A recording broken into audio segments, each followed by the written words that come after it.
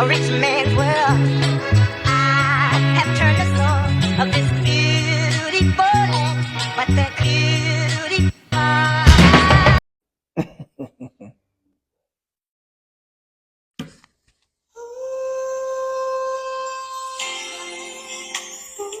This is for that little child with no father. For that man that doesn't have a place to stay. For that little boy living with AIDS. Can I tell you a story? You can lay it on me. There's a man, oh yeah, standing on the corner. He has no home. He has no food, and his blue skies are gone. Can you hear him crying now? There's a girl searching for a father and a friend, praying that the storm someday will end. But instead of walking away, open up your heart and say,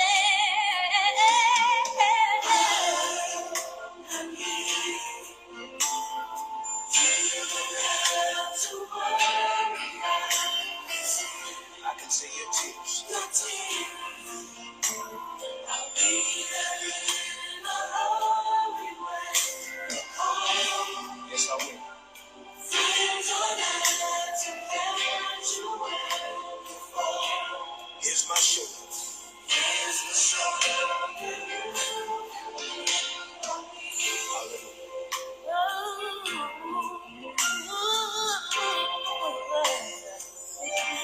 Listen. Oh, there's a child who was sick and begging to be free.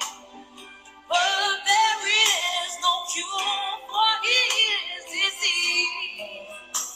He looks up to his mother. His eyes, praying that someday the sun will shine again. And the pain? And the pain. Hey, woman.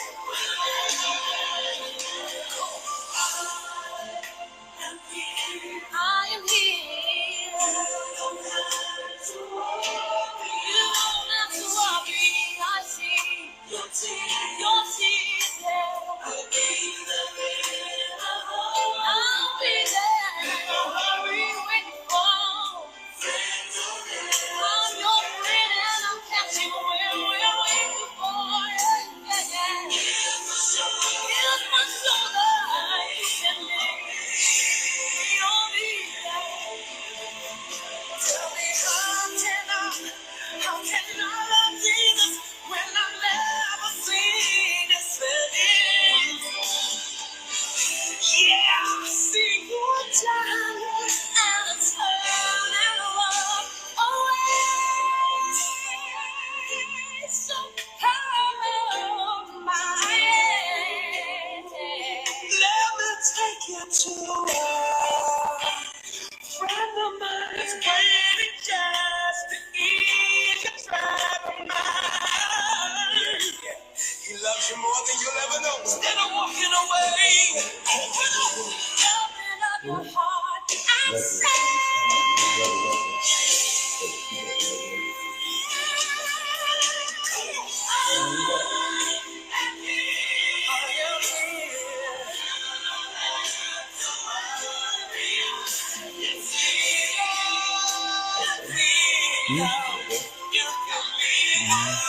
Long days, man.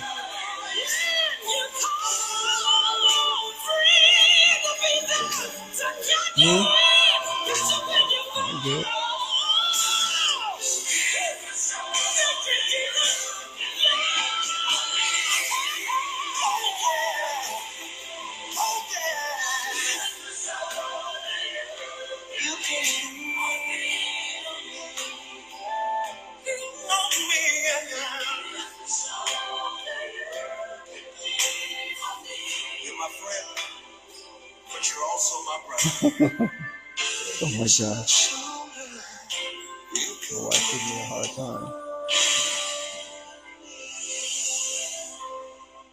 Okay. Welcome to the Wheels and Hour Show. I'm your host, Michael Phelps from the Wheels and Hour Show. As I always state, that Wheels and Hours is a communication group and an educational group. We talk about local issues. We talk about issues that's plaguing our community, and we shine the spotlight on some of the issues that we have in our community, and we try to talk about the problems as well as we talk about solutions. As I say, again, welcome to the Wheels and Hour Show. I'll let my kings introduce themselves. Michael Barnes. Raymond Carlisle. Okay, can y'all hear us very well? I want to make sure everybody can hear us. Testing, 1, 2, 3. Okay. Make sure you hear us. Let us know if you can't hear us. Okay, we're going to let the topic flow. Today's topic: how do we as men overcome the? You want me to read the topic again? What a strange thing to have happen. That's like never happened before. Yeah, I'm sorry for the technical. Google interrupted us. It wanted to talk to us and communicate with us, I guess. We're going to read the topic again. I'm sorry for the inconvenience. Technology is something else. Today's topic: how do we as men overcome the fears of a failed marriage when many of us men had no good role models growing up as an examples? Yeah, this topic came about. I was in a group, and we was all, and there was a lot of us talking about how do we feel about having failed marriages as men, and you would be excited to find out what men were saying, how they felt, and a lot of time I don't think men are heard on the reason why their marriages failed or how they took it, because we was brought up as the man is the one takes all the responsibility of the house. So if anything fails, it always falls on the man. And so when I was having this conversation, a lot of men felt like they had to walk around with F's on their backs as failed marriages. They felt like they tried all their best to make the marriage work, but the women left because they was always either unhappy, financial. Most of the time, it was just like they were just unhappy, and it was finance, or they wouldn't spend enough time for them because the man's trying to provide, he's trying to work hard and all kinds of things. I just want to say, what is the take? What did y'all think? Because that is a touchy subject for a lot of people. Because I know I wear a F on my chest for a failed marriage. I know that at the time I was probably just immature. I was immature. I didn't have a role model really to look up to when it comes to a successful marriage. So what I had to do is bump my head, and I was feeling around in the dark, trying to find a light into making the marriage work. But and it did it takes a toll on you, because you always got to sit back and think, what if, could have, and should have I done to make that marriage work. I remember very clearly what my process was, because I was either stupid enough or smart enough to record myself from time to time. And so immediately there was resentment. And I don't mean resentment towards her, it was resentment towards the fact that the failure of the marriage was identified to be my fault. No matter what I said, no matter what I did, I resented the fact that people viewed the failure of the marriage as solely my fault. So it was an idea that I was kind of punching back at, and it was still futile. But at least I could identify what I was really mad at, because people were mad at me, or because people didn't like me, or they thought less of me because my marriage failed. I resented the idea that it's my fault when there were two people that created the marriage, and then there were two people that broke the marriage up as well. And that's just the very first. I think it probably lasted. I think that first phase probably was probably not was the first. That was like the second phase or something. It was like 6 months it lasted. Went for a minute. And that's where a lot of the anger came from in the third phase. And then trying to stuff all that down, that's where the drinking a lot and everything like that started happening. Yeah. So first, first obviously there's shock. But second, the thing that I've noticed that I really did not really get along with is the idea that it's all my fault. Everything's all my fault. It can't be that everything is all my fault. How could they possibly think that everything is all my fault? I'm very principled again, so anything with two legs and a mind of its own is going to do what it wants to do. What she does not want it to. She's a part of the equation. So I started to resent that, and it just took a lot. It took about 6 months for me to go through that whole arc and go into the next phase. You want to chime in on it? Yeah, that's how I took it. Because I know is that when I sit back and I think about mature happiness, and I think that sometimes as in a relationship, as men, we always think that it's our job to make a woman happy in the relationship, and we try our best to, and either some of us try too hard, or we try not as hard enough, or we forget what we did to get them, or whatever. So we find ourselves in this ball of feelings of trying to figure out and feel our way through. And when the communication is not there totally as in the relationship between two. There's no owner's manual though either. I mean, there's no manual that tells you how to, like, if there was some kind of mentor, like if I had an example to look up to in terms of what to do in a marriage and everything, one of the key things that I would tell somebody that's thinking about getting married is understand that you're going to change and grow over time. And each one of those changes and growths that happen, like a tree, like go look at the branches of a tree. Branches of a tree are not straightforward. They have crinkles and elbows and lefts and rights and twists and turns in them. Each one of them crinkles and elbows and twists and turns and whatnot, those hurt in the relationship. Those are arguments. Those represent, oh, she had to go to her mom's house, or oh, I had to leave and go for a walk, or whatever. That's the twists and turns inside the relationship. Those are the pain points. I would tell anybody that's thinking about, especially us guys, when you get married, that's not the only thing. That's the beginning of the job. That's not, what I mean? That's the beginning of the job. And just prepare yourself and make sure that you're prepared to make twists and turns and adaptations and things like that over a long period of time with your woman. I'll say it like that. What I looked at a marriage.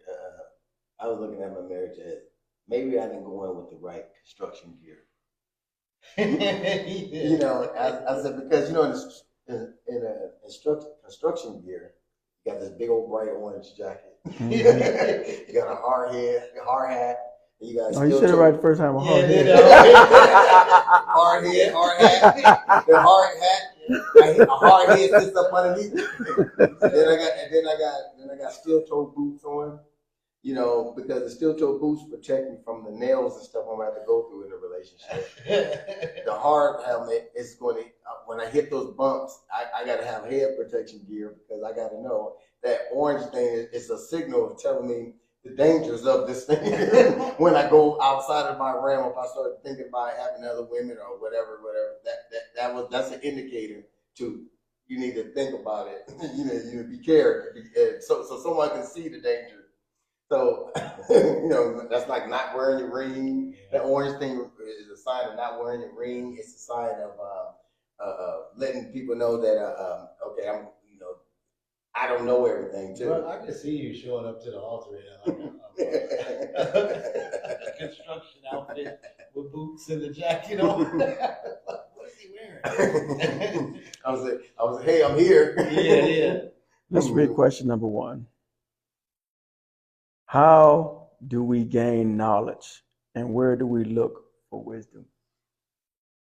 How do we gain knowledge, and where do we look for wisdom? Wisdom, to reverse engineer, wisdom is experience plus knowledge. So knowledge is the information you take in, and then the experience is the information applied. Right. That's what wisdom is. Right. And then so you combine those two and you get wisdom. How do you gain knowledge? There's a lot of ways. It's your own 5 senses. You can speak to different people. You can go and actually research, and that does not mean just only Google. Go actually read some books.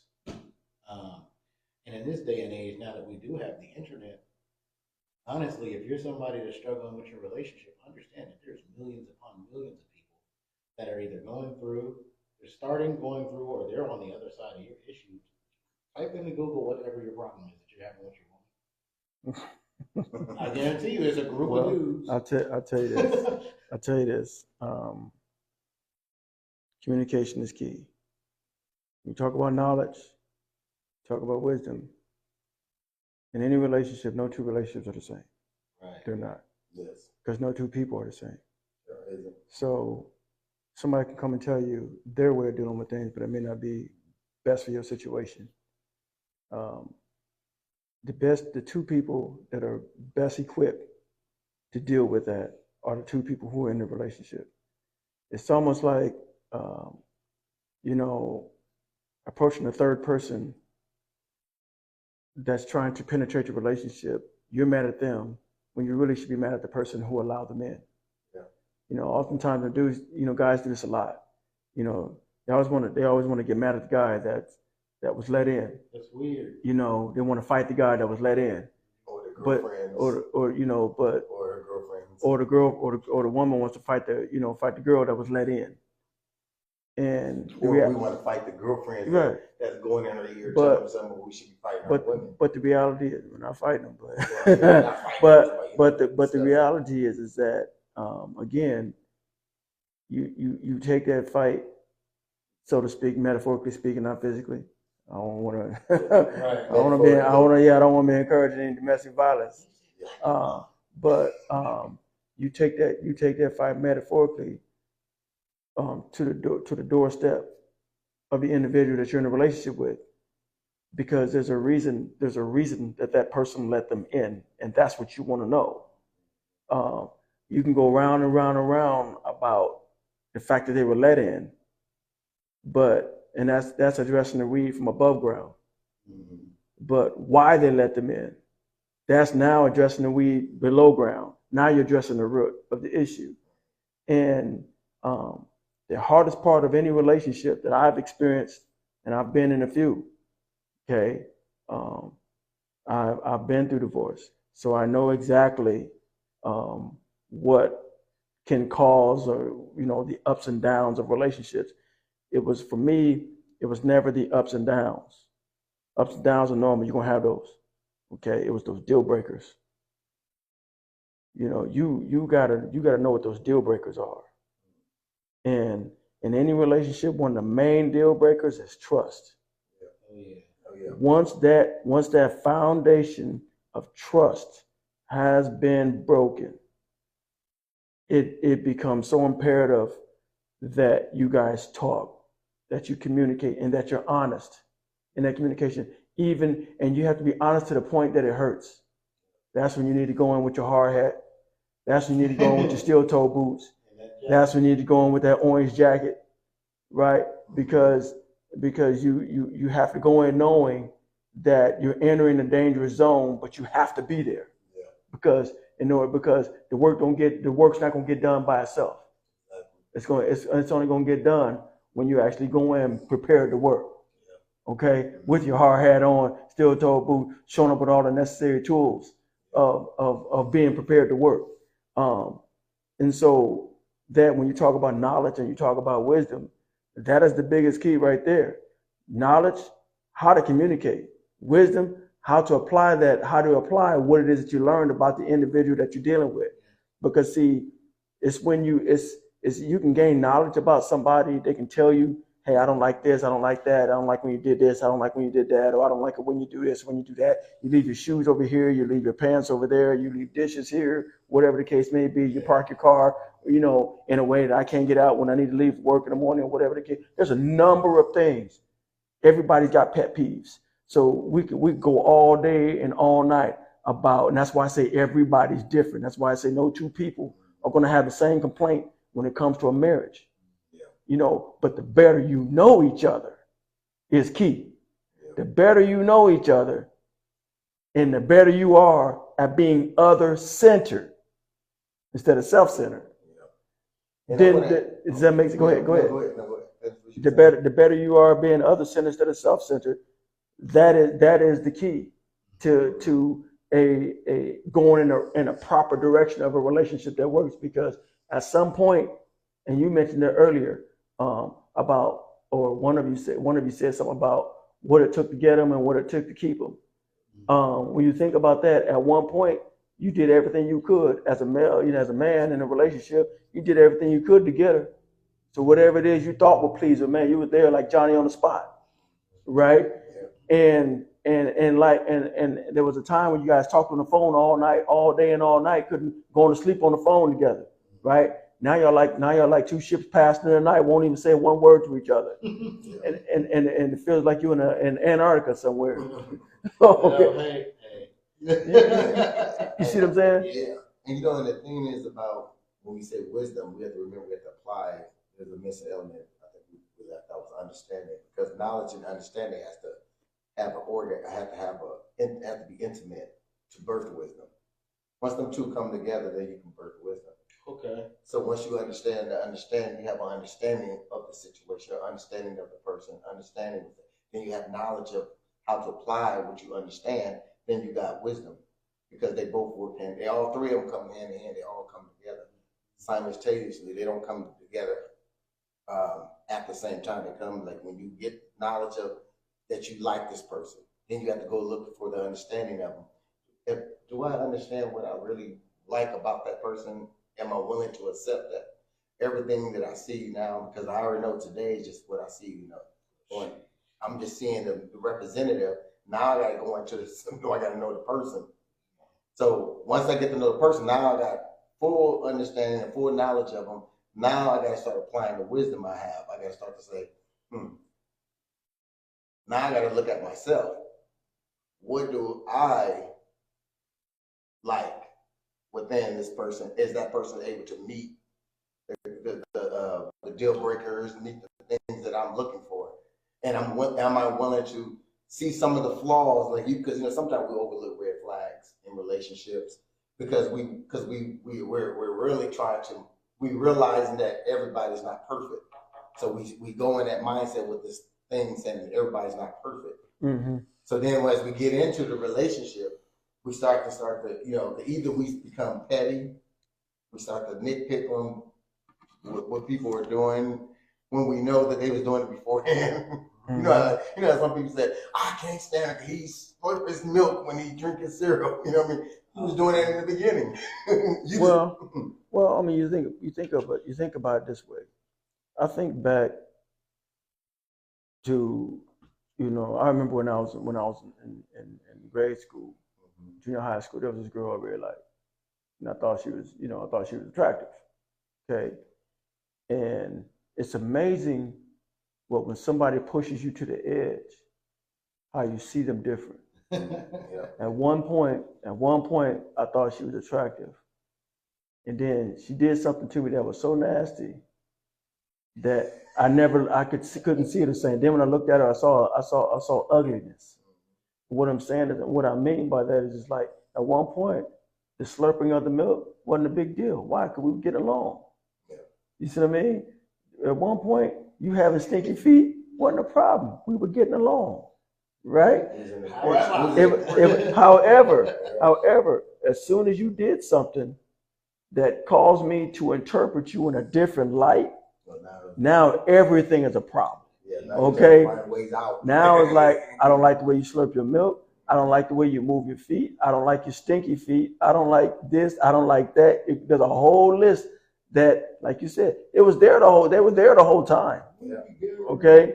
But what caused you to reach that point? Like a trust, exception, ego, pride, anything. Well, and then jealousy of sometimes a man can be jealous of a woman if she pays more attention to the kids or give more kids more attention. A lot of times I've seen a lot of different things in marriages that I was shocked to see. Especially when it comes to happiness. When you go in thinking that your job is to make the other individual happy, that is not your job. That is not your job. That is not your job to make the other individual happy. Okay. Your job is to make yourself happy. Question. Okay, now I have a question concerning that from the both of you because you both agree with that. Okay. How is it not your job to make the other person happy? And what I mean by that is, now I understand you have a responsibility to make choices when you're choosing to make. Yeah. Okay, I understand that. Okay, but however, we all do things to make other people happy. We all do it. It's like you go to a job. There's expectations. Okay, you're making somebody happy because if you don't make somebody happy, you won't have a job. Okay, if you think about the current presidency, why people vote. Okay, they got to do things to make people happy, or people won't vote for them. Okay, so what I'm saying is, when you talk about a relationship, okay, if your goal is me in the relationship, first of all, that's selfish. You're thinking about me. I ain't thinking about you. I don't care nothing about how you feel. I don't care nothing about what makes you tick, what doesn't. I don't care nothing about that. I'm gonna do what makes me feel good. I'm gonna park where I want to park. I'm gonna drive the way I'm gonna drive. I'm gonna leave dishes where I want to leave dishes. I'm gonna leave the TV on all night. I don't care if you got to go to work in the morning. I'm gonna have that TV going all night, and I'm gonna turn it up as loud as I want. Why? Because my focus is me. Yeah. Now tell me that works. Okay. You're talking about a total different arena. That is self-centered. When I say happiness, the reason why most people leave relationships is because they always go into this thing. They go into their deadbeat emotions and fickle feelings. But I don't feel they're making me happy anymore. They don't. I don't see him as sexy anymore. See, those are emotions and those are feelings. So with the happiness part coming in that, if you're content and happy with self, now that's not to say you're not going to please another person. And because it's called exchange of gifts, you're exchanging something. We exchange for something. Yeah, relationships are give and take. They give and take. So in that process, there's always going to be a give and take, but there is one thing that we can't give. We cannot give you total happiness. Well, nobody can give anybody total happiness. And that's what I'm saying. The total happiness is not what a man's job is. And that's not why we fall in our marriages, because someone is unhappy. Your happiness in due time and due process, like he was saying earlier, we grow up and sometimes we grow at different periods. Well, okay, what you're talking about is, yes, everybody changes over time. Mm-hmm. Okay, that change can happen one or two ways. That change can either happen together, mm-hmm. or that change can happen independently, apart from each other. Mm-hmm. The more time you spend not talking to each other, the more time you spend not spending time with each other, mm-hmm. the more time you spend out of each other's presence. You're still growing, but that person gets to a point where they don't know you anymore. And you don't know them anymore. Why? Because you spent no time. But the more time you spend together, it's almost like when we were in school. Okay, you went from grade to grade to grade, right? And when you went at one time, you were going with the same classmates for each grade until maybe you reached junior high school. But by the time you went from first grade to second grade, third grade, fourth grade, fifth grade, sixth grade for us, it pretty much we were seeing the same people. So we were growing together. So in growing together, we got to know each other really well, right? But then after so much time, when we went to high school and everybody started going to different high school, we were still growing, we were still maturing, but we didn't know each other like we thought we'd know. And see, that's the mistake that a lot of people make. People make the mistake thinking they know people when they don't know people. They know who they used to know, but they don't know who you are today. That's true. That's true. That's in line with agreeing with when he said that it's not your job to make somebody else happy. And then the description that you gave, I agree with that too. And then like to take it a little bit further, because it is accepting of your definition as well. You as the man in a relationship, you can create moments, and that can be pleasing to your wife. Yeah. You can facilitate. You can create an environment where happy can live there. This is a suitable situation for happy moments to continually be created. Awesome. And that overall can make somebody happy. Sure. And then the other thing that is like one of the values or principles sitting up underneath that is like what you were saying also, which is the trust. Trust is another one of those mathematical equations. Trust is an if-then equation. If you do this, then I do that. Or if she does this and then I do that, it's going to equal, I trust you. You have a series of successful situations or a series of successful positive interactions with each other. It's going to breed and build trust every single time. So even when those deal breaker situations come along, the opportunity to build trust is still there. We just don't think it is because we are. When I feel fickle feeling, that's what you're talking about, the fickle feeling, that mean emotions. That's what those come in. Or it comes back to the point where you said that that if you know, when you say happiness, you have to do this. You know, we was growing together. If you did charitable moments, then they can always go back and resort back to that moment that you, when she was sick, you catered to her. Exactly. When you broke your leg, she catered to you. Right. So then y'all can go back to those happy moments. Right. But that happiness still doesn't come from. Well, those moments are the calm in the storms. Mm-hmm. The storms are going to come. There's no ifs, ands, or buts about that. Any relationship, storms are going to come. For anybody who says storms don't come in their relationships and they ain't never been through anything, they lying to each other. Okay, because everybody in every relationship, there are storms, and they do come. But what makes those storms, but the calm in the storm are the moments you just spoke of. Okay, you've got money in the bank. Okay, you've got a savings account built up to address those emergency situations where you have to make an emergency withdrawal. Yeah. Okay, man, I done really screwed up here. I need to make a withdrawal. Okay, do you have enough? Have you stored up enough trust? Stored up enough good time to address that bad time, to help balance that out? It's almost like, when we used to be on the teeter-totter, and used to hate when that one person would jump off that other end, right? Because your butt would straight hit the ground. It hurt. Unless you were quick enough to bring your feet out. Okay. But you were gonna hit the ground.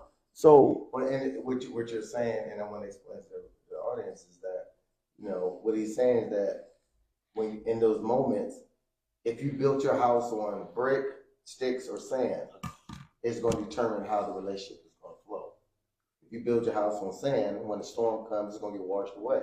Right. If you build it with sticks, when fire or lightning hit, it's going to catch fire. Right. But if you build it with bricks, it's going to be able to stand the test of time. That's like part of the reason why I started to not like cliches, because I heard that. I heard it before I got married. Mm-hmm. But then it was just like,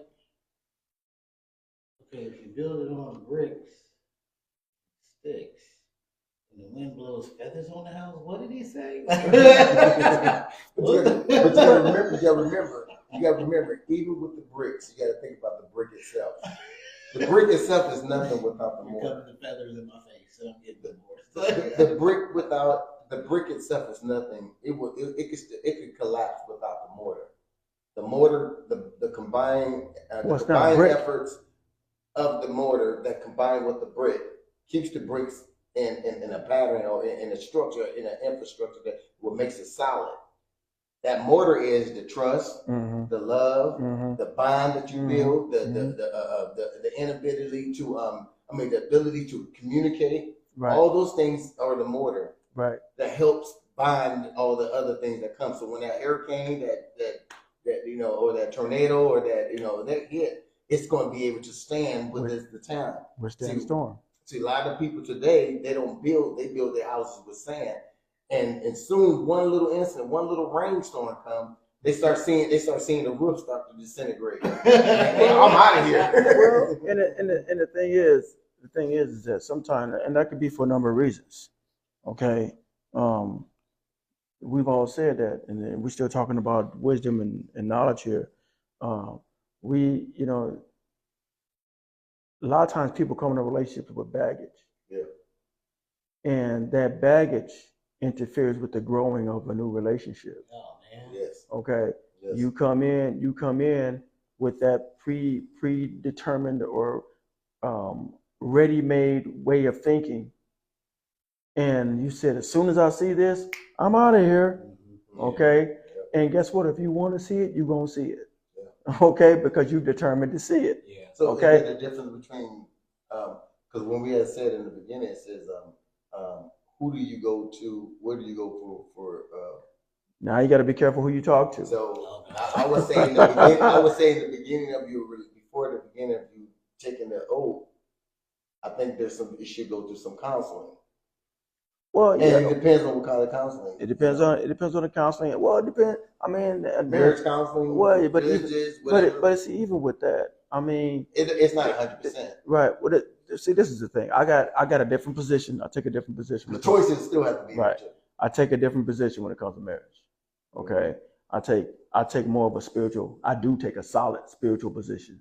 Okay. Everybody don't take that position. Okay, but that's the position that I take. Yeah. Okay. So I understand the importance of spiritual counsel. Okay. Because when you start talking about why marriage was even so in the first place, how it came into be, and how it's beneficial. Okay, that's the position that I take. Okay, now people take vows all the time. Okay, but they don't honor them. Okay, it's like it is a contract. It becomes a contract, but it's not a contract because the ink doesn't even dry. And the thing is that some people, like, here's an example. Some people think that they're married, but yet they have an open relationship. What is that? A marriage is not an open relationship. That is a buffer.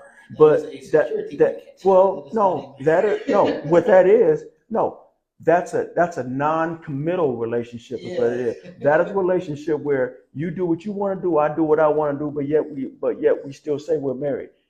It's like, no, that's not the way that works. Okay, because it's a contract. Okay, but it's a violation of the contract to let someone else in. Mm-hmm.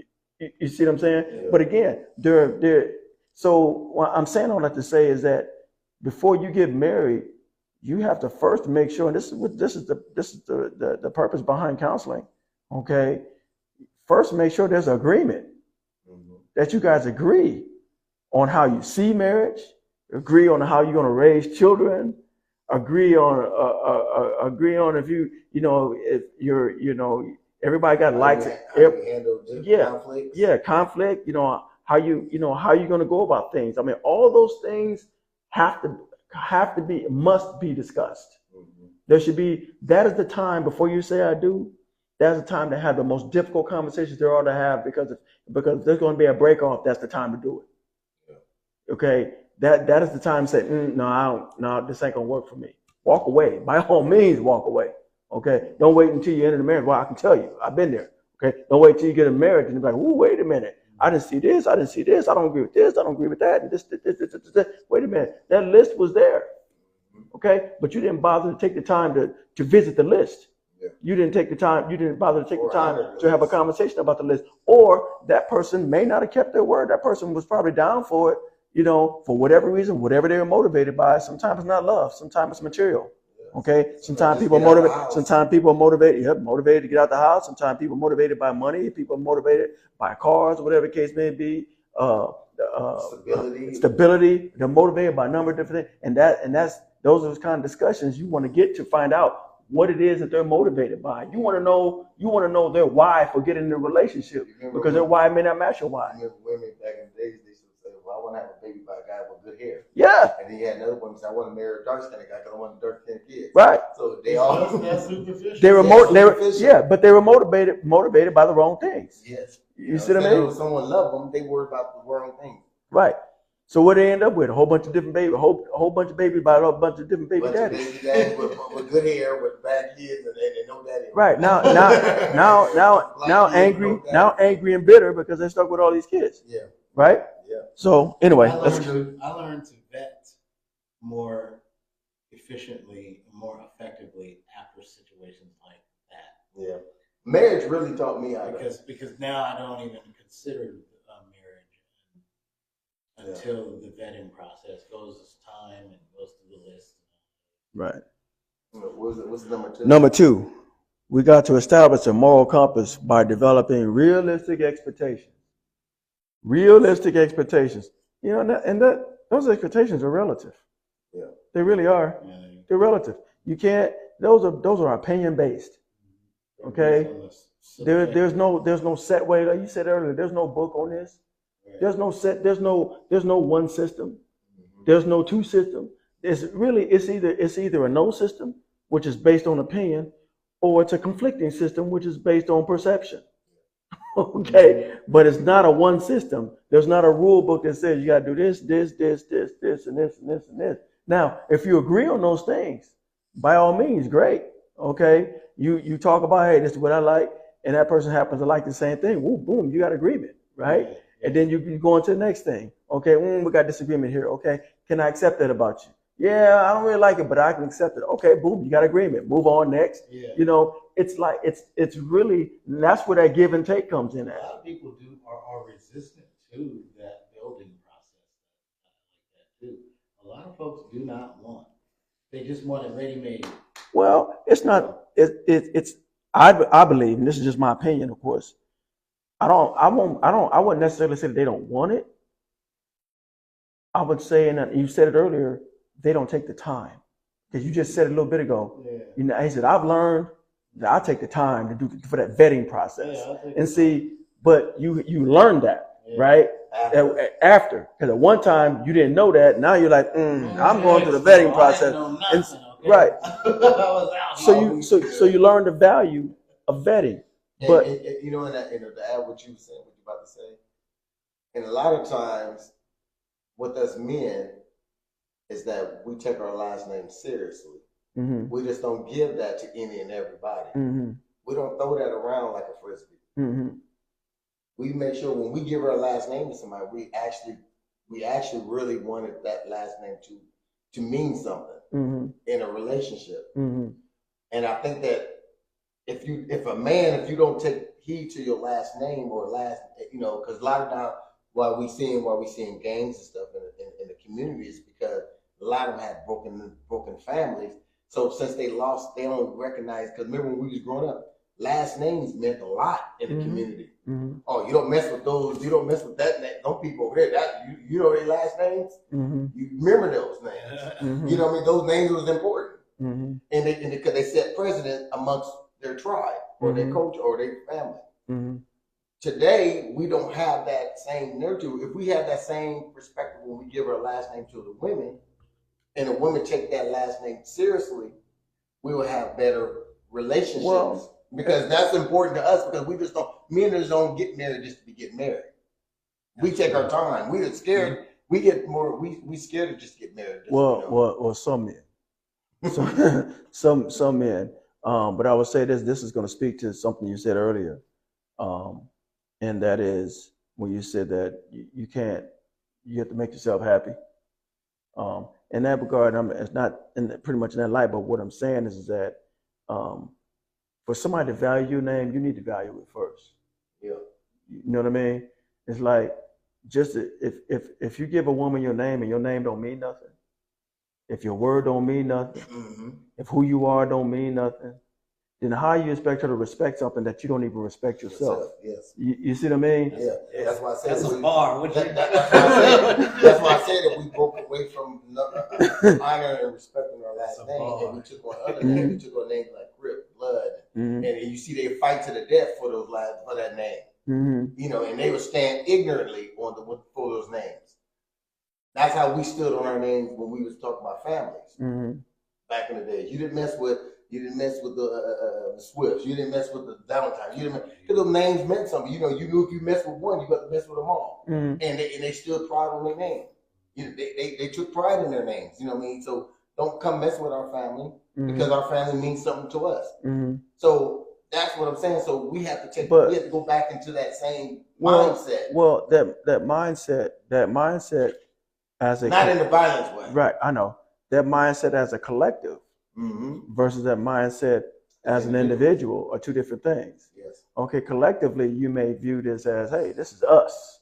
You mess with one of us, you got to mess with all of us, right? Yeah. But as an individual, what do you do when it comes to your name? Does your name mean that your word carries something, that your word means something, right? You say you're gonna do things, that you follow through on what you say you're gonna do? Are you you tell your woman you're going one place, but do you actually go another? Yes. Okay, you stay out all night, but you expect her to be home by a certain time, but yet you can stay out in the street and do whatever you feel like you want to do. But then it's no, that's and they get mad because your name is in the streets. Right. Because guess what? If you do it to yourself, somebody's gonna do it to you. I mean, it's just like, so again, that's where you have to take that mindset to the next level, and it carry the right kind of weight, not the wrong kind of weight, but the right kind of weight, where there's value in that name. Okay. Build value as we build and raising a sense of unity, a sense of trust, a sense of hope, a sense of it's got to mean something. It got a lot of meaning behind it. Right. And that's why when you have a marriage, when men marry like this, I'm noticing today men are trying to step up, even though we are suffering from the past, from our generations before. A lot of men today are really trying to be husbands, and women are bored with us because when we out in the streets, we're doing a lot of things. We bring the action, drama, and suspense. Women are attracted to that. So then when we become married men, we start thinking about the family. We start thinking about what we need to do as a family because we want to keep the family. So we come home all the time. We're doing things more at home and not in the street. Now we're boring. Well, now in that regard, that means you married the wrong woman. Yes. Okay. And that's what that means. That means that what you thought you had, or she became so indulged with her friends, telling her, "Girl, you need to get out of the house. You just sitting around here. Y'all just sitting around the house all the time. Girl, you need to. Men. One thing I know about men. One thing we don't do. We don't let another man come in our house and dictate how we're going to move in our house. Oh no. Most of us real men don't do that. That's a no-fly zone. We will listen to men, but we don't hear them. If it's going to disrupt my household. Right. I'm just telling you, that's what men don't do. We do not. We hear them. Yes, we will. But we ain't gonna let him we ain't gonna let him disrupt our household. A real man don't. Now, a boy, you talking two different people. But men who are hard workers, who really wants to build something, who wants something, who came from nothing and trying to establish something. He is not going to allow his homeboys to come in, even though he might hang out with them all the time or whatever he might do. He is not going to let his homeboys dictate his household. That's one thing he won't do. He ain't going to let no man come in his household and tell him how to run his household. He is not going to do it. So those are the difference between men and boys. And yes, we have a lot of. And I guess I hear a lot of women that were saying in that came in the group. Oh, y'all men, all y'all do is hang out with each other, and y'all don't get. I said. Most of them men, if they hang out all the time, they come over to the house, they come into the house, they're not going out. Now, those men who goes out, there might be some problems there because, if he's allowing another man to make him, if he's seeing his house is out of disarray and he's going out still, then obviously you might be the type of woman he think that you like drama, action, and suspense. So he's trying to make sure he keeping your appetite fulfilled. So he does what he does. But if it's you're a good woman, and he knows that he has to come home. He knows that dinner's cooked, and he knows that that y'all plan an event. If he's a good man, he's gonna be there. And I'm just saying that's just what men do. But that rolls both ways. It rolls both ways. I mean, sometimes you do have a good woman with a no good man. Yes. Sometimes you have a good man with no good woman. Yes. I mean, and that's so. I mean, in that regard, there really has to be agreement. Yeah. It goes back to that. Hey, were these things vetted ahead of time to determine whether or not we were even a good fit? Because 9 times out of 10, that's majority of the issue is the fact that you were not a good fit in the first place. So, and if you had figured that out ahead of time, you could have saved everybody a whole bunch of heartache and a lot of pain by saying, you know what, we're not a good fit. And sometimes, just like generally speaking, so that it's on the record. Like, I would say, I was in a high school sweetheart relationship, 13 years coming out of high school. That's where my kids come from. Didn't know nothing, no vetting, and no anything. I had to update my belief system around relationship, and I didn't even do it. I didn't do it after that relationship. I didn't do it until after the marriage, which was a different girl. Mm-hmm. I didn't update my belief system until I was already into my 30s, mid-30s, 34, 35, or something like that. Yeah. And devastation will do that to you, right? It'll make you reconsider it all and reconsider it. And then, so the divorce comes and all this, and I'm recording myself, and I'm talking as if I'm talking to a counselor, but I'm talking to the camera. And then I go back and watch this, and I'm like, oh, wow. That was me changing what I believed about relationships and about what my role is in entering and performing in and exiting relationships. And now I have all this information about myself. Now, what do I want from women? When that question came, this is where the vetting process comes from. So you got to know what you don't like. You got to know what you don't want from a woman. Deal breakers. Yeah, you got to identify your own deal breakers. And on some of the things that are on your list, you don't literally have to make a list, but it helped me to write them down. Yeah, write the stuff down. I don't like women that have, lizard tattoos everywhere. Well, I didn't go to that extent, but I would say that I don't like women that put a tattoo here. I call it the Johnny Cage tattoo. If you got a tattoo from here to here and you're a woman, that's like putting a bumper sticker on a Bentley or something. Like, why would you do that? Why do you need attention right here? This is nuts. So that's going to be a problem for me. Okay, write that down. And then one after the other. I don't like women that have short hair, long hair, red hair, blue hair, green hair, whatever the case. I don't like women that feel comfortable with going out of the house with their dresses hiked up to their ass. Okay, write that down. And then when you finally do go on that date, and you're looking at how she shows up to the date, you can go, this is meeting all of my standards. This is meeting all of my requirements. Now let's see if the personality is compatible. Go into that bucket and write things down. I don't like it when women are vulgar. I don't like it when women curse. I don't like it when women smoke, drink, blah, blah, blah, blah, blah, blah, blah. And then go on some more dates. This is vetting. This is, I don't like that, I like that, I don't like that, I don't like that. And then the one that pops through, the one that comes through, makes it through all of that stuff, is probably going to be top 5 of the best, most suitable partners or life mates for you. Because they're not doing anything by default to piss you off. Well, and see, sometimes the mistake that we make when it comes to relationships, we educate people. Mm-hmm. That's the worst thing you can do is educate somebody. Mm-hmm. You tell them what you don't like.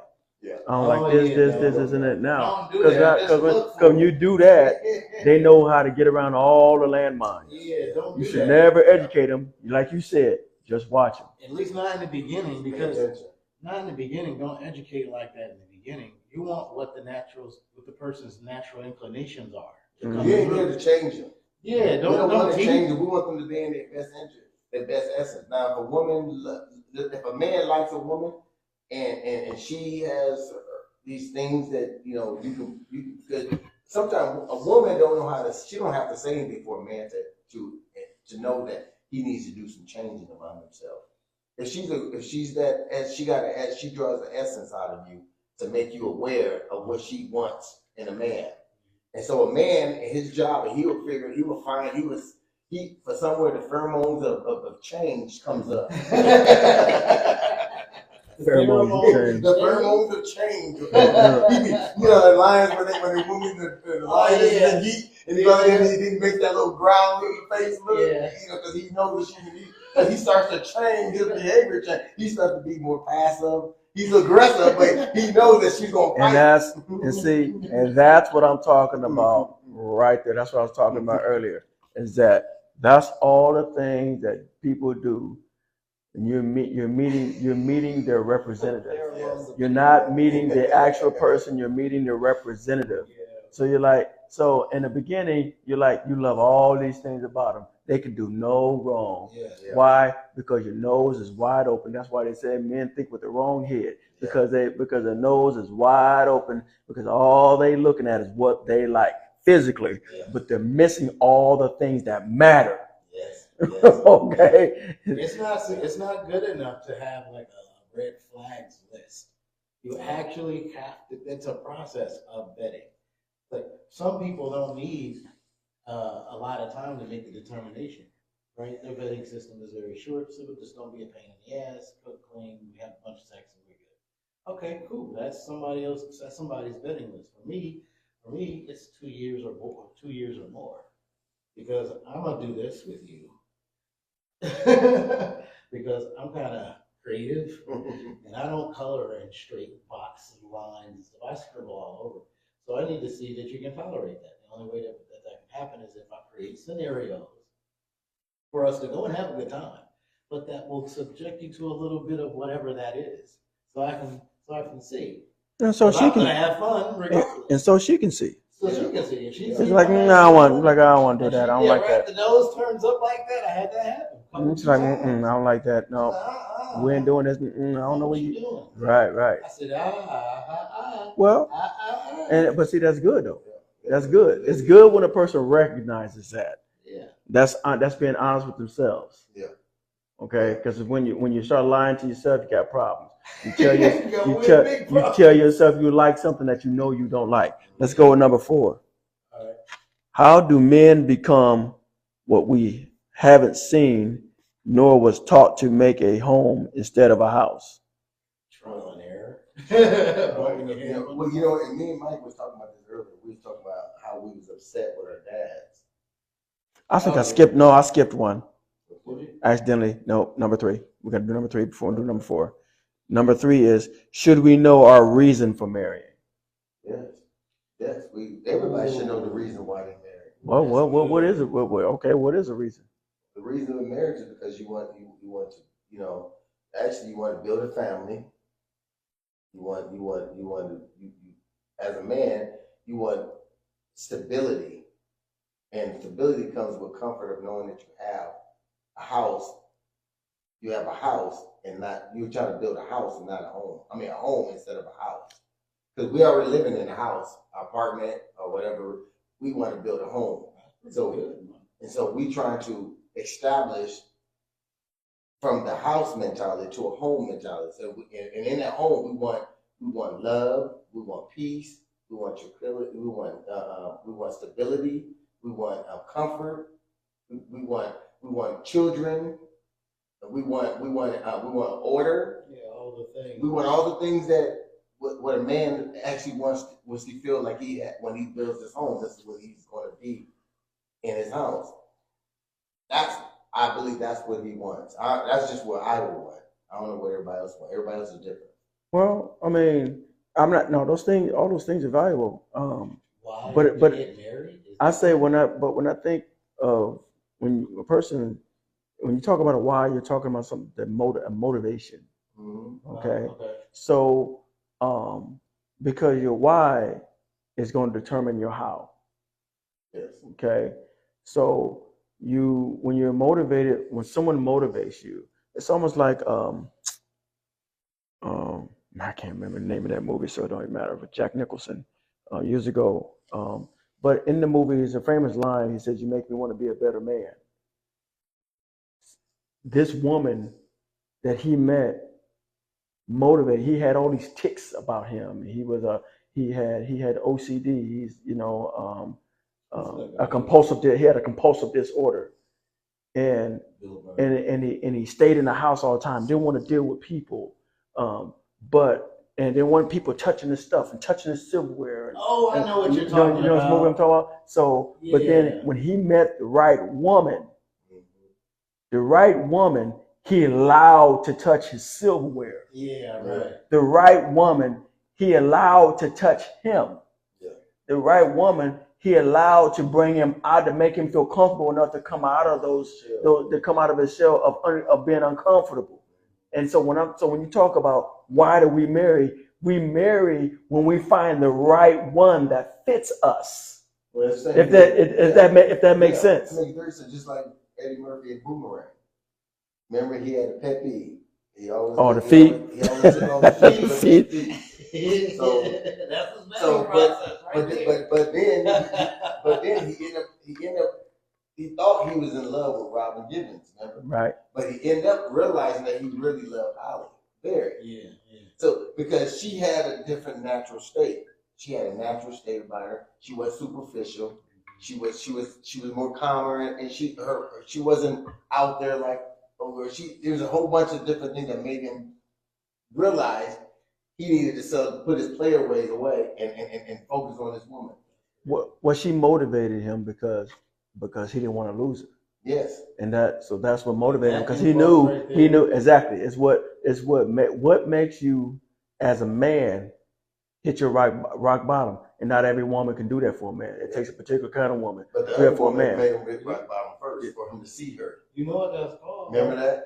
Because Robin, she made him hit rock bottom, right, and he started to realize how he was simping over a woman that didn't have no interest in him whatsoever, but only what she can get from him. Right. And so he realized, man. Then when he started to realize this other girl, remember his homeboy liked her. Mm-hmm. And so he had it's called jealousy. Yes. Yeah. It's the second definition of jealous. The first one is more like envy. The second one is fear of loss. Yes. Mm-hmm. When you have a fear of loss, particularly in the romantic or relationship sense, it's jealous. But see, what it does is that's the crazy part about it is that the change is fleeting. Yeah. Oh man. When you talk about change because of jealousy, it's like how a man automatically becomes protective when he thinks another man is about to infringe upon what he believes to be his. Yeah. So he takes a defensive stance immediately, right? But then when he feels like the threat is gone, he's back to being taking that relaxed stance, right? So what a woman is saying, when a woman says, "Wait a minute, I feel like you don't love me no more. I feel like you don't pay attention to me. I feel like you don't spend time with me. I feel like you don't talk to me." What she's saying in a nutshell, what is she really saying? She's saying, "I feel like you don't see me anymore." Okay. At one point you saw me. Okay. It's like it's that movie, like that movie Beyond the Lights, and we kind of talked. I think I brought this up before. The movie, the guy who's a security guard who's in love with a woman, or falls in love with a woman who's a star, right? But she has all kind of depression issues, and she wants to commit suicide, this, that, and the other, and she tries to throw herself off a ledge, and he catches her, and she's like, "Just let me go, just let me go, let me go." And he looks in her eye, and he says, "I see you." And that's how he was able to talk her into coming back up over the ledge. Because he simply said, "I see you." She said, and she made a comment about being out in the middle. She feels like she's like out in the middle of the street bleeding to death, and everybody just walking by because nobody saw her, but he saw her. And so when a woman says that, "I don't feel like you're paying attention to me, I don't feel like you're talking to me, you don't take me out like you used to, you don't buy things for me like you used to," or whatever the case may be, she's just simply saying, "You don't see me." And when a woman doesn't feel seen, women are emotional. Okay. So when a woman feels like she's not seen, of course, if you don't catch her, if you don't deal with them emotions, somebody else will. Okay. So if you don't want somebody else dealing with them, then guess what? You better deal with them. If that makes sense. Yeah, 100%. Now, what was number 4? Number 4, how do men become what we haven't seen nor was taught to make a home instead of a house? Well, like I said, me and Mike was talking about it on the way here. We was talking about, man, if our fathers would have came in our life, what are some of the things we could have avoided if they would have taught us, if they would have sat us down and told us. That fits in that resentment pot for me.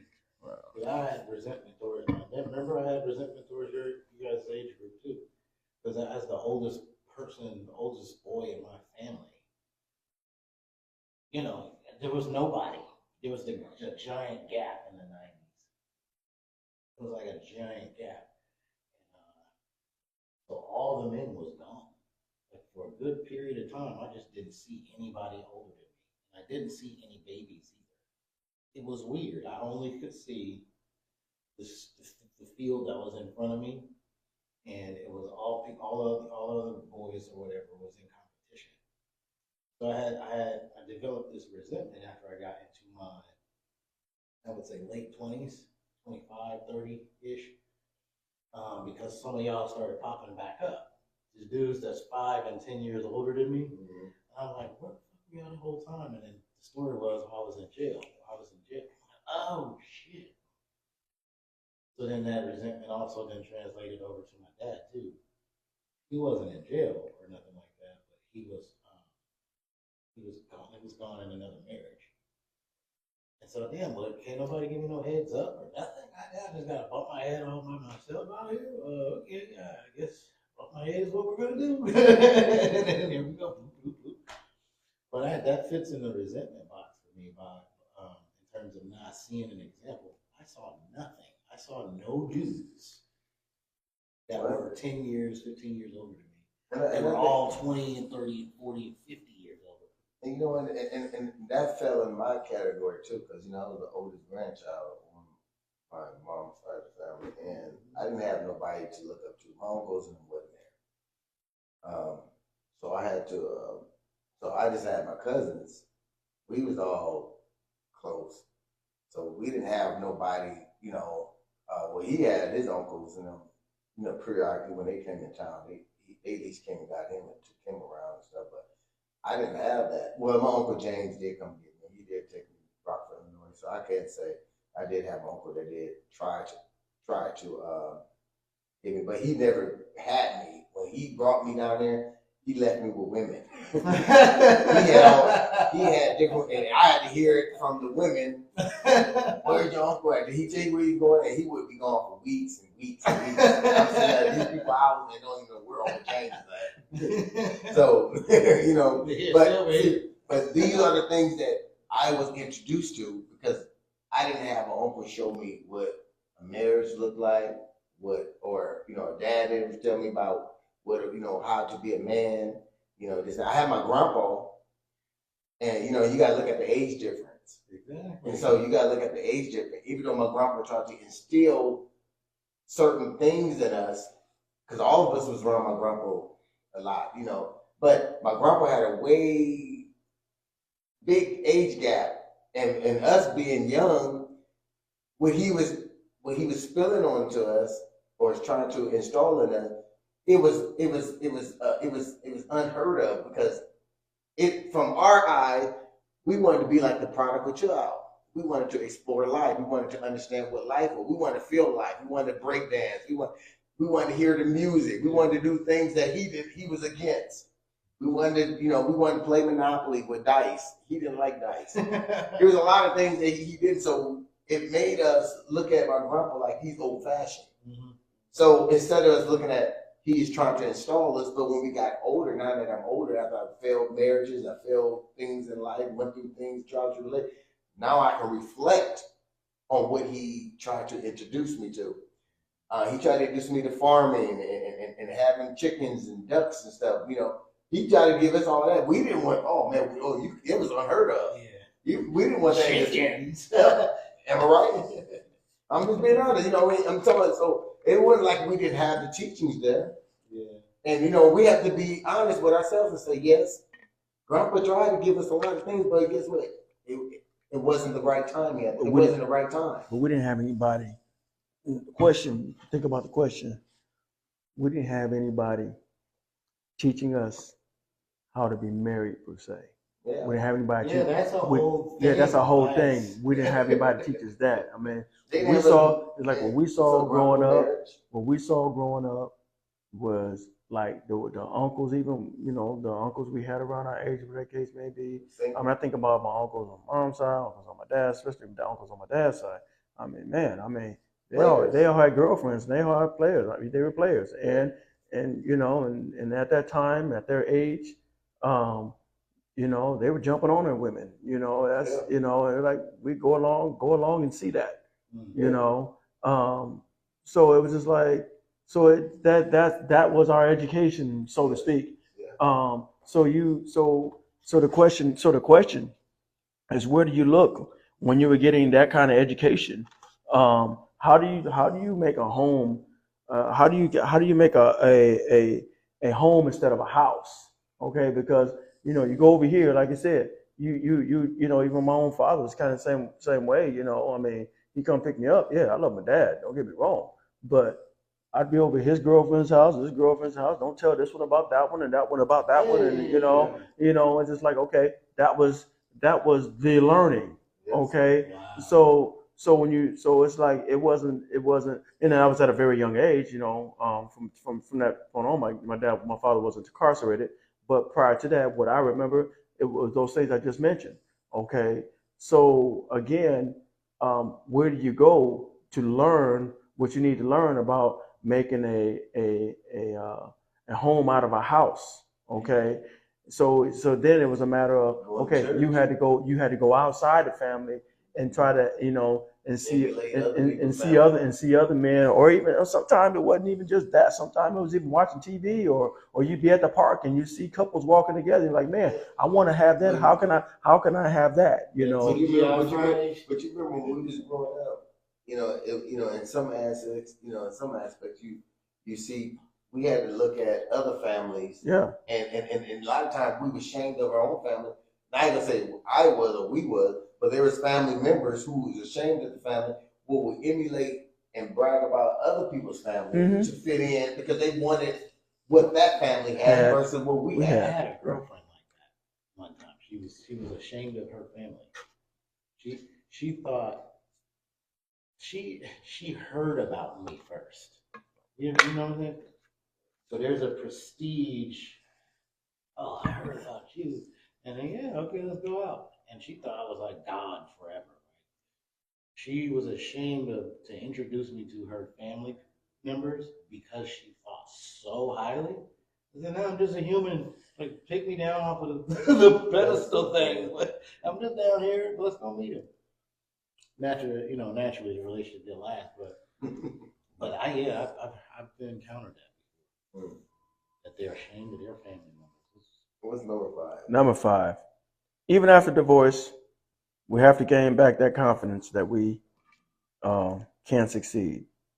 Yeah, I mean, you can't allow divorce to devalue you, to make you feel as if you're nobody, to make you feel like you're a failure. Because if you carry around if you carry that around, that mindset around like a badge of honor, you will be a failure because you've chosen to be one, not because you had to be one. Things happen. Life happens. Things are going to occur. Whether it be a woman or a man that goes through that, or both. Bottom line, what it boils down to is that you take what you learned from that relationship and you say, okay, how can this or that over there make me better for the next? Okay. Yeah. What you do is you take the lessons and you leave the hurt behind. That's what I learned. You got to let go of that hurt and you just keep the lessons. The lessons are the things that are going to help move you forward. You know, even with deliberate practice and anything you want to get good at, you have to deliberately practice. And what I mean by deliberately practice, you deliberately work on those things, those areas of weakness, to become sort of those things that were at first weakness become strengths. Yeah. So in order for them things to become strengths, you got to practice, you got to work on those things. Well, relationships is the same thing. Okay, maybe you did mess up. Maybe you were the cause of the divorce, or maybe you weren't the cause of the divorce, whatever the case may be. Maybe there were areas where you saw, hey, well, you know what? I see that they were wrong here, but I can also see where I was wrong. You know, in the future, I'm going to do this different, or whatever the case may be. Those are the things that you must take, acknowledge consciously and deliberately work on. Yes, sir. to get to the next level. But if you don't take those lessons, you're going to repeat them over and over again, and each relationship is going to be a repeat of the last, and you're going to continue to fail. Why? Because you're not learning. That's the whole working on myself cliche. Once I figured out what that was, then now this language makes sense. Working on yourself is when you, exactly what you said, you identify, and then you deliberately work on those things, even if you got to go one at a time, no matter how long it takes you. Be deliberate in the application of that wisdom, that knowledge, of that experience. And for me, that was I recorded myself. I watched myself talk. I literally had to hear myself talk in order to go, wow, that is different than what I was thinking.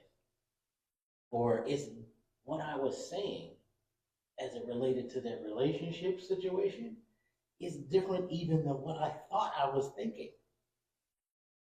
Crazy. I didn't think that I was enabling. But yeah, that one line right there, that shouldn't be in my vocabulary if I'm not enabling. Whoa, how do you change that? One thing I did learn, I learned something about when I got married. And I learned something about how women respect you. I remember when they killed my friend, I was going through this psychological problem. I was in an asylum for some time because I was in this place where I was in total darkness. I was in a state of pains, state of hurt. Couldn't believe my friend got murdered. They tried to kill me and kill him. So I was kind of in a state of blaming myself. So when I got into this marriage, I got into this marriage to thought that I was going to soothe a lot of those feelings, and then I end up allowing myself as a man to lead to move away on her cognizant instead of mine. Instead of me leading, I followed her because I needed a scapegoat away from everything. So I allowed myself to go with her. And when I went there, it made it worse because I was in this asylum. I'm like, man, I feel like I ran from my old case scenario, and I'm over here trying to play this husband that I am not equipped to or accustomed to, or even able to help heal her through her pain. You got on the wrong outfit, bro. Exactly. And so when I realized why my marriage failed, I realized that I was wrong because I didn't do. I only moved according to what I was feeling, not for what I knew. I was feeling a certain way, and I needed the way to go somewhere so I can expunge on everything that happened, and I can sit down and really think it through. But remember, I'm trying to think it all through, but I'm forced to be the man, take care of this, do that. So I was out of the network. The network, I was buffering the whole entire time I was down there. Yeah, you was all the way out. You know what I mean? Mm-hmm. So I was buffering. I didn't have no signal because I wasn't connected to God because I was in a dark place, and I was just moving, trying to feel my way through, and it was causing more harm because we was physically fighting, we was mentally fighting, we was emotionally fighting, and psychological fighting. Because I was not there, I wasn't there complete. Mm-hmm. And I was forewarned about her situation before I even married her. You remember that? She had a lot of demons because she lost. She didn't have. So it was like, but so basically it was just, we both was homemongers trying to find a way to help each other when we couldn't help each other. Yeah.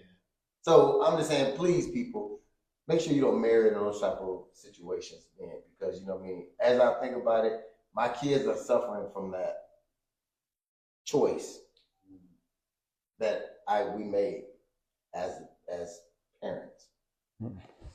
And I just wanted to say that because, you know, I just want, you know, we're here to teach. And like I said, we always talk about problems, but we talk about solutions too. Absolutely. Number 6, what should be the goals for men today that we could learn from the men of yesteryears? Some of the goals for you dudes today? Not to repeat. Well, no, but repeat, if you're going to go through the problems that we're discussing here, and then another principle that I have is everybody learns the same lessons. You just learn them at different times and different levels of your life. And I did mine, you did his, you did. So you're going to bump into the same stuff, but be more efficient than we were. Okay? Be the 2.0 or 3.0 or 5.0 version of that. See, oh yeah, that's what they was talking about on that show one time I've seen on Facebook. So he said the answer is like this, but I don't feel it doesn't suffice to have somebody tell me the answer. Yeah. So go through it. Well, but be efficient about it. You know, don't sit in there and unpack your life in some of these situations. If you can avoid the situation completely, but get the lesson out of it, like get the knowledge out of it, keep the knowledge part, and just be able to recognize the scenario, the situation. That would be a more efficient way. That I would tell my sons this type of thing. Is you don't have to go and actually put your hands on the stove to know that you're gonna get burned, right? You can see that it's hot. Here's your information. And then just imagine the rest and stay away from that. You know? Yeah. You can perceive the answer. Well, I mean, that's, you know, I read one book, you know, that's the beauty of standing on the shoulders of giants. Yeah. Standing on the shoulders of those who have gone before you. And there's a reason why other people went through it. It's almost like, I mean, like for me, I never spent a day in jail. You know why I spent a day in jail? Because I've listened to a lot of people who've experienced it already, and I'm like, I don't want no parts of that. Right. You know, so it's just like, I didn't need to go through it to know what it was like. I'm like, you know, and I mean, or anything else in life. You know, have I been divorced? Yep, been to divorce. You know, hope to never have to, you know, experience anything like that again. You know, but nevertheless, I learned lessons. Now I can help others because I've been there. So if someone comes to me and talks to me about it, I've been through it, so I know what I'm talking about. Yes, sir. Okay, and I can help them because I've been through it and know what I'm talking about. If you've never been through it, then you don't know. You know, so it's that, you know, but that's the beauty, and then you take it's like it's almost like a martial art. You know, where they talk about learning. You know, you take the knowledge of the martial art, but then you make it your own. You know, you make your own style out of what you learned. You don't mimic somebody else. Right. You make it your own. Yeah. Yeah. And so, and that's where when we sit here and we talk and we discuss with you guys about our experiences and this, that, and the other, it's not for you to mimic our lives. It's for you to take the knowledge and the understanding and things that you've learned and make it your own and say, okay, let me try this out. You know, it's almost like trial and error. You know, and I think Mike, you mentioned it, Barnes. It's like trial and error. You know, okay, try this. That doesn't work. Okay, not gonna do that again. Okay, let's try this now. Oh, okay, hey, that worked. Okay, and then keep doing that. You know, if that works for your relationship, if that works for your situation. But everything that we're discussing here is not going to always work for your situation. Your situation may be different, and it may need a different twist, and it's okay to apply that different twist but just be mindful how you apply that twist so that twist that you apply is not detrimental, if that makes sense. There's nuance to everything. Yeah. Everything is not a one size fits all. Sometimes it'll look like the hat fits everybody's head, but you got a big fat lump in the back of your shit. It fits your head though, but you might got a little bit of space right there. Yeah, you might have to adjust the back of your cap. That's called nuance, my G. That's what that is. Yeah. Is that the last one? Nope. I think, wait a minute. Oh, yeah, it is. That was the last one. Yeah, that was number 6. Yep. That was the solution. Oh, yeah, there it was. Yeah. So as we sit here and talk, I'm always getting in my emotions about when we get to deep subject matters, especially when we talk about healing. Healing is one of those things that it was hard for me to heal growing up. Watching a lot of men coming in and out of our house,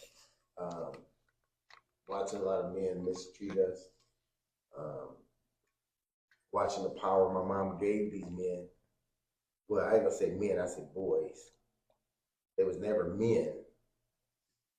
They never brought nothing to the house. They never brought nothing to the table. In essence.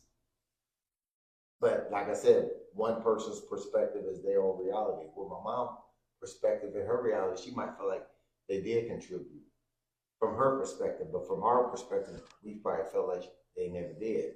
So there's a conflict in just their perspectives, but that doesn't mean that either one of us is wrong. Just that we all had to grow. We had to grow to develop and to understand that sometimes what I might have felt at that particular time and moment, time, space, and matter, it might be valid, and it might not be. It might be invalid. Because once the person scarred you, like you said, once they scar you and lack that and destroy that trust, everything they do is always going to be some type. You're going to be skeptical about them. You know what I mean? When you watch a man put his hands on your mom, no matter what he do, if he did something positive, we always going to see 10 things negative. You know what I mean? Mm-hmm. So I'm not going to blame everything on my mom because, like I said, I want my brothers and sisters and all this to understand it. I don't blame everything on my mom. I don't even talk about these subject matters because these are the things that hurt us growing up. And as us growing up, sometimes that affects us communicating with one another. Mm-hmm. And as brothers and sisters, we all took it on different levels. And sometimes we kind of get full of ourselves, and we'll argue amongst each other about stuff that trickled from the traumas that we had from our past. And I always want to make sure my brothers and sisters know that I'm never going to allow hatred to stay in my heart and allow us to stay feuding with each other because of something that happened in our past. Our mom didn't know what she was doing. We didn't know what we was going through. We only knew that now that we're older because now we all can sit down at the table and heal. This is where we come together and heal from. Being a husband, I had to heal from the hurts that I didn't know how to give a woman nothing because I only mimicked what I seen in my mom's home and what I lacked of when my uncles, my dad, and all them didn't give me. So I had a plethora of things that was violating me. So I was violating her at the time, or violating any woman that was maybe a good woman. So I can admit that I have some faults, and to this day, I'm still suffering from some of the trauma. And I just when we sit there talking, I started to reflect on some things. I said, damn, I still got some traumas. I didn't realize I had these traumas until we just sit here and talk. And I thought I was healed from it. No, I still got them because I'm still stuck in a certain way, a certain way of thinking. And that's just as deadly as putting your hands on somebody when you're stuck in a way of thinking. Absolutely. So, we'll let this all give us a final word, final thoughts. Who wants to go? Well, I would say,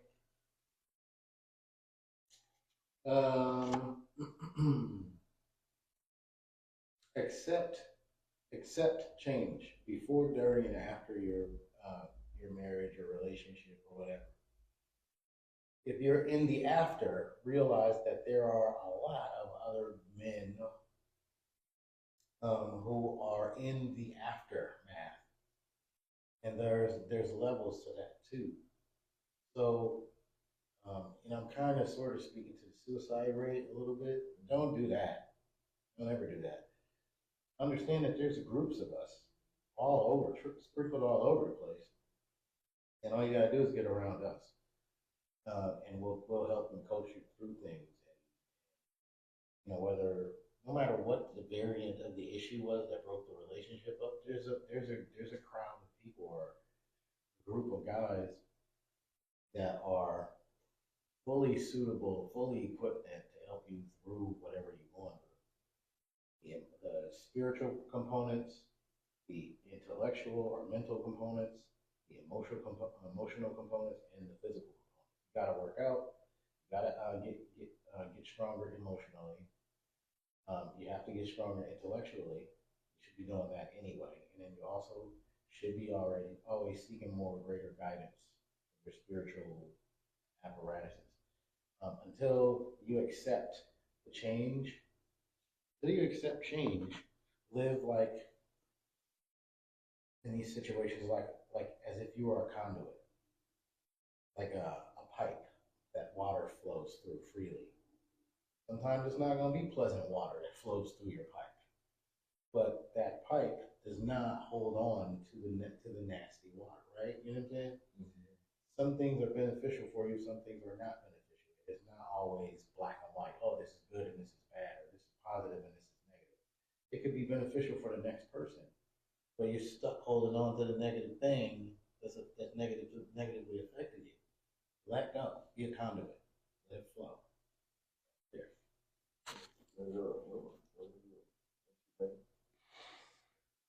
Well, mine's pretty much short, and that is simply um, be deliberate in your conversations with one another. Um, the thing that will make and break a relationship each and every time is the lack of communication, or if you have communication, more than likely that's going to help the relationship. A lack of communication, more than less, that's going to break the relationship.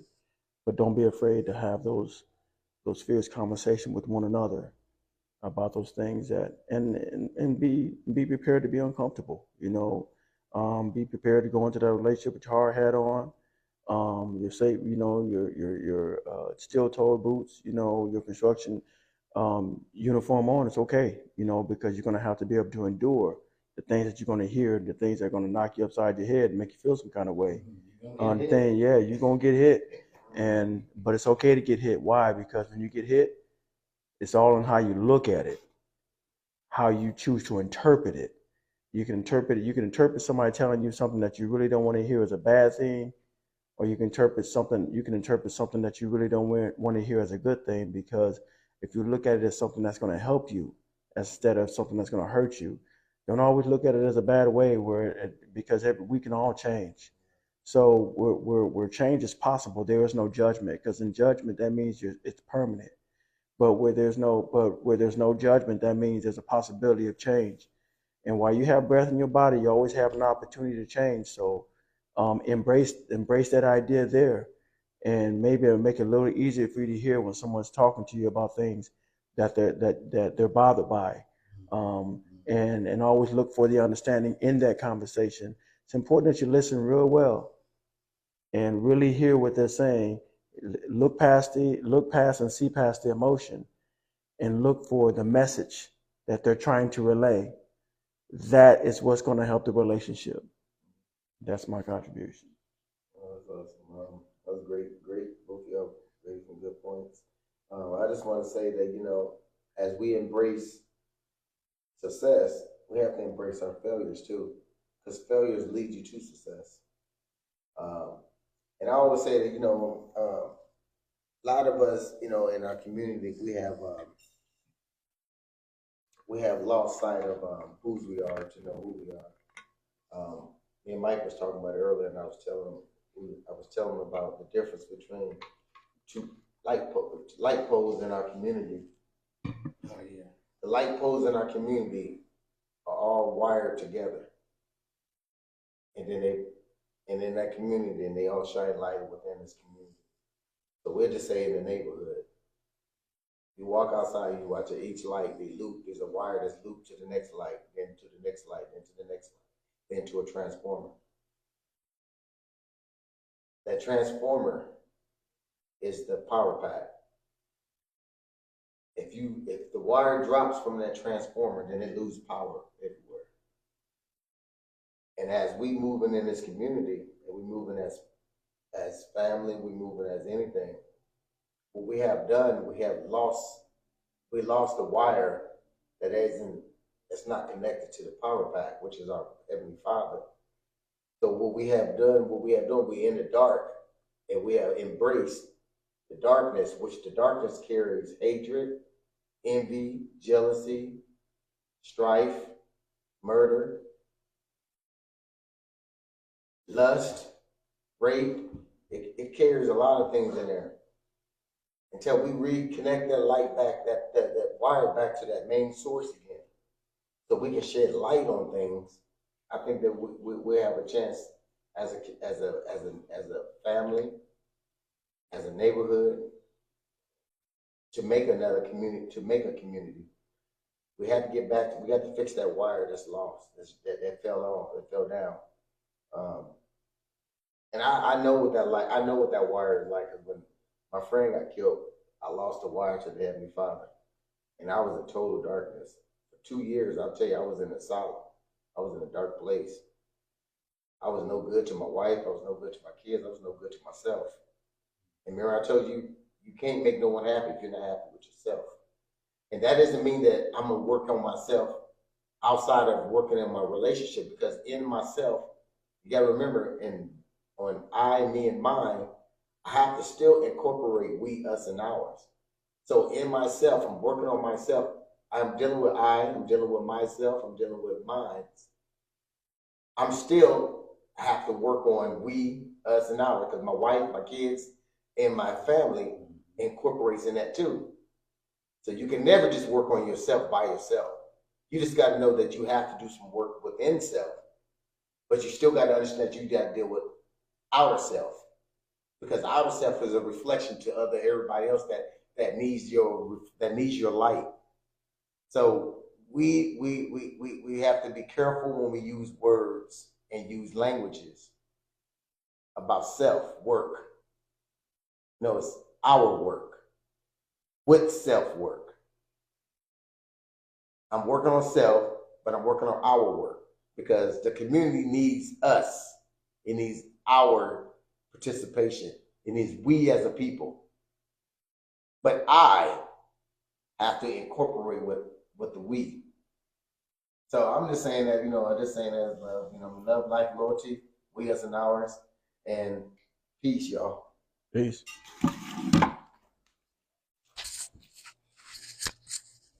Oh, wait.